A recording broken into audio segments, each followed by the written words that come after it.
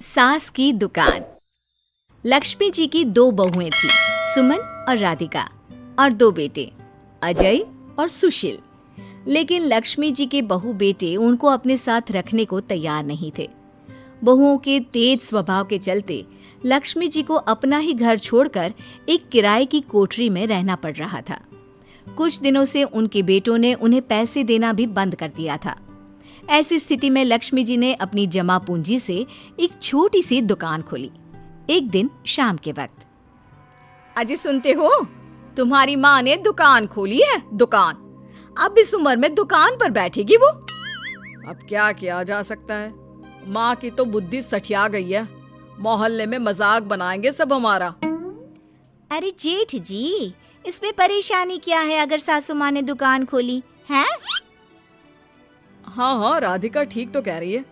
अपनी दुकान पर बैठी रहेगी, कम से कम हमें परेशान तो नहीं करेंगी। हाँ, वैसे बात तो ठीक है। खुद के दो पैसे कमाएंगी तो कभी कभार हमें जो खर्चा देना पड़ता है ना, वो भी देने से बच जाएंगे हम लोग। फिर किस बात की परेशानी, खोलने दो माँ को दुकान, हमें क्या। वैसे भी अपनी कोठरी में चुपचाप रह रही है ना, चाहे दुकान खोले या मॉल बनाए, हमें उससे क्या लेना देना। अगले दिन सुमन अपनी सास की दुकान पर पहुंचती है। सासू माँ, आपकी दुकान में शक्कर है क्या? शक्कर जरा 1 किलो दे दीजिएगा। हाँ हाँ बहू है ना, लो बेटा 1 किलो क्यों, 2 किलो ले जाओ। सोच लो सासू माँ, घाटा हो जाएगा आपको, पैसे नहीं देने वाली मैं। देखो सुमन, ये मेरी दुकान है और यहाँ पर जो भी कोई सामान खरीदने आता है उसे पैसे तो देने ही पड़ते हैं। अरे सासू माँ, ऐसा क्यों करी आप? अरे देखो ना, घर पर आपका बेटा और पोते पोती दूध में शक्कर डालने के लिए कब से इंतजार कर रहे हैं। जरा उनके बारे में तो सोचिए। अरे ऐसी बात है क्या? मुझे नहीं पता था। बहू एक काम करो, वैसे भी पहली बार आई हो ना, ये शक्कर तुम ऐसे ही ले जाओ, पैसे देने की जरूरत नहीं है। अगले दिन राधिका भी अपनी सास की दुकान पर पहुंचती है। प्रणाम सासू माँ, कैसी चल रही है आपकी दुकान? बस बेटा, जैसे तैसे करके काम चला रही हूँ। तुम बताओ, घर में सब राजी खुशी है ना? हाँ हाँ मम्मी जी, सब कुछ ठीक ठाक है।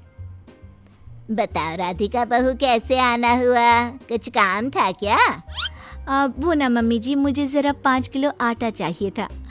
मेरे पैर में ना बहुत दर्द है, इसलिए बाजार तक जाने में ना तकलीफ हो रही थी। घर पर बच्चे भूखे बैठे हैं, सोचा आपसे ही ले लेती हूँ।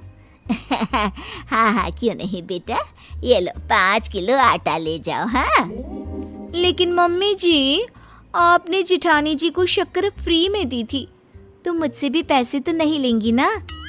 हाँ, अच्छा ठीक है बेटा, कोई बात नहीं, तुम ऐसे ही ले जाओ, बच्चों से क्या पैसे लेना। कुछ दिनों के बाद लक्ष्मी का बेटा अजय दुकान पर पहुंचता है।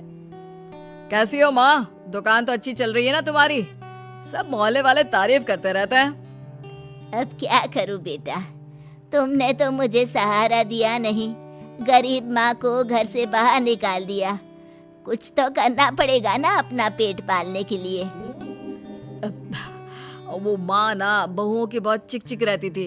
अब देखो कितनी अच्छी जिंदगी है तुम्हारी, खुद कमाती हो, खुद खर्च करती हो, इससे अच्छी भला कोई जिंदगी हो सकती है क्या? हाँ बेटा, दिल को बहलाने के लिए तुम्हारी ये बात भी सही है, लेकिन कोई बात नहीं बेटा, मैं खुश हूँ। अच्छा माँ, मैं क्या कह रहा था, जरा 500 उधार तो दे देना। कमाल की बात है बेटा, तुम मुझसे पैसे उधार मांग रहे हो, तुम्हारे पास पैसों की क्या कमी है? अरे माँ, इस महीने की तनख्वाह नहीं आई और आप तो अपनी बहू को जानती है ना, उसे शॉपिंग करनी है, जल्दी वापस लौटा दूंगा माँ। ठीक है बेटा, ये लो 500 रुपए, लेकिन देखो कुछ दिनों में वापस दे देना, मुझे अपनी दुकान के लिए माल भी तो खरीदना है। हाँ हाँ ठीक है माँ, जल्दी पैसे लौटा दूंगा। बहुत दिनों तक अजय अपनी माँ लक्ष्मी के पैसे वापस नहीं देता और सुमन और राधिका बार बार किसी न किसी बहाने से अपनी सास लक्ष्मी की दुकान से बिना पैसे दिए खूब सारा सामान ले आती है, जिसकी वजह से लक्ष्मी को अपनी दुकान में बहुत घाटा होता है। फिर एक दिन जब राधिका सामान लेने के लिए लक्ष्मी की दुकान पर पहुंचती है, सासू माँ, जरा वो 1 किलो दाल तो देना। नहीं बहू, अब मैं तुम्हें या सुमन को कोई सामान फ्री में नहीं देने वाली। तुम लोगों ने कभी कोई मदद नहीं की मेरी, उल्टा मेरी दुकान से फ्री का सामान ले जाकर मुझे मुश्किल में डाल दिया है। लेकिन मम्मी जी, हम तो आपके बच्चे हैं ना। अगर इतना ही मेरे बच्चे हो तो फिर मुझे घर से बाहर क्यों निकाल दिया? देख बहू, अब मैं तुम्हें 1 रुपए का सामान भी फ्री में नहीं दूंगी। और जाकर सुमन को भी कह देना, आए दिन तुम्हारा पति मुझसे उधार ले जाता है और वापस भी नहीं लौट आता। राधिका गुस्से में घर वापस आती है। घर आने के बाद, क्या हुआ राधिका, बहुत गुस्से में लग रही हो तुम? सासू माँ की दुकान पर गई थी ना? सासू माँ का तो कुछ करना पड़ेगा, जब से ये दुकान खोलकर बैठी है। अक्कड़ तो देखो उनकी। अरे लेकिन हुआ क्या है? होना क्या है, दाल लेने गई थी, मुझे 4 बातें सुनाकर उल्टा भेज दिया, कुछ दिया भी नहीं। ये तो सासू माँ ने ठीक नहीं किया। देखो मेरे पास ना एक बहुत अच्छा प्लान है। कैसा प्लान भाभी? हम अपनी सासू माँ की दुकान में किसी चोर से कहकर चोरी करवा देते हैं और सारा सामान अपने घर मंगवा लेंगे। उसके बाद हमारे पास फ्री में सामान भी आ जाएगा और सासू माँ की अकल भी ठिकाने आ जाएगी। ठीक है भाभी, मैं आपका पूरा साथ दूंगी। अब जल्दी से ये काम करवा दीजिए। और 2 दिनों के बाद सुमन और राधिका एक चोर से मिलकर लक्ष्मी की दुकान में चोरी करवा देते हैं। हे भगवान, ये क्या हो गया? इस उम्र में जैसे तैसे अपना गुजारा कर रही थी, लेकिन चोर मेरा सारा सामान लेकर चले गए। अबे क्या होगा? तभी वहां पर राधिका और सुमन पहुंच जाती है। क्या हुआ सासू माँ, बहुत दुखी लग रही हैं आप। अरे क्या बताऊं, मेरी दुकान का सारा माल चोरी हो गया। अब अगर आप अपने ही बहू बेटे को सामान नहीं देंगी तो ऐसा तो होगा ना सासू माँ। अब राधिका की बात सुनकर लक्ष्मी को यकीन हो जाता है कि इस चोरी के पीछे कहीं ना कहीं उसकी दोनों बहुओं का ही हाथ है। लक्ष्मी एक प्लान बनाती है। पैसे उधार लेकर अपनी दुकान में फिर से खूब सारा सामान ले आती है। अरे भाभी, देखा आपने, सासू माँ की दुकान तो फिर से सामान से भर गई है। हाँ वही तो, मैं तो सोच रही थी कि एक बार में उनकी अकल ठिकाने आ जाएगी, पर लगता है फिर से कुछ करना पड़ेगा। लेकिन अब हम क्या कर सकते हैं? अरे वही जो हमने पहले किया था। इसका मतलब फिर से चोरी करवाएंगे? हाँ, उसके बिना हमारा काम कैसे चलेगा? और इस बार चोरी करने हम दोनों चलेंगे, कुछ नहीं छोड़ेंगे उनकी दुकान में। सुमन और राधिका दोनों मिलकर लक्ष्मी की दुकान में चोरी कर लेती हैं और सारा सामान चुपचाप अपने घर के स्टोर में लाकर रख देते हैं। लेकिन सुबह होते ही लक्ष्मी पुलिस लेकर सुमन और राधिका के घर पहुंच जाती है। इंस्पेक्टर साहब, मेरी इन दोनों बहुओं ने ही घर में चोरी की है। अरे ना ना इंस्पेक्टर साहब, ये हम पर झूठा इल्जाम लगा रही हैं। अरे हम क्यों इनकी दुकान में चोरी करने लगे? माँ, आपको शर्म नहीं आती अपनी बहू पर झूठा इल्जाम लगाते हुए? हाँ माँ, हम आपके बेटे हैं और ये आपकी बहुएं हैं, आप ऐसा कैसे कर सकती हैं? लक्ष्मी जी, क्या आपके पास कोई सबूत है? अरे इंस्पेक्टर साहब, आप इनकी बातों में मत आइए। ये हमारी माँ है और इनकी दिमागी हालत ठीक नहीं है, इसीलिए तो हमसे अलग रहती हैं।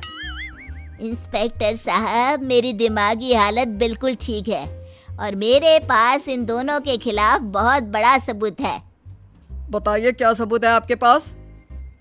आप जरा मेरी दोनों बहुओं के हाथ पानी से धुलवा दो, फिर सब कुछ साफ साफ पता चल जाएगा।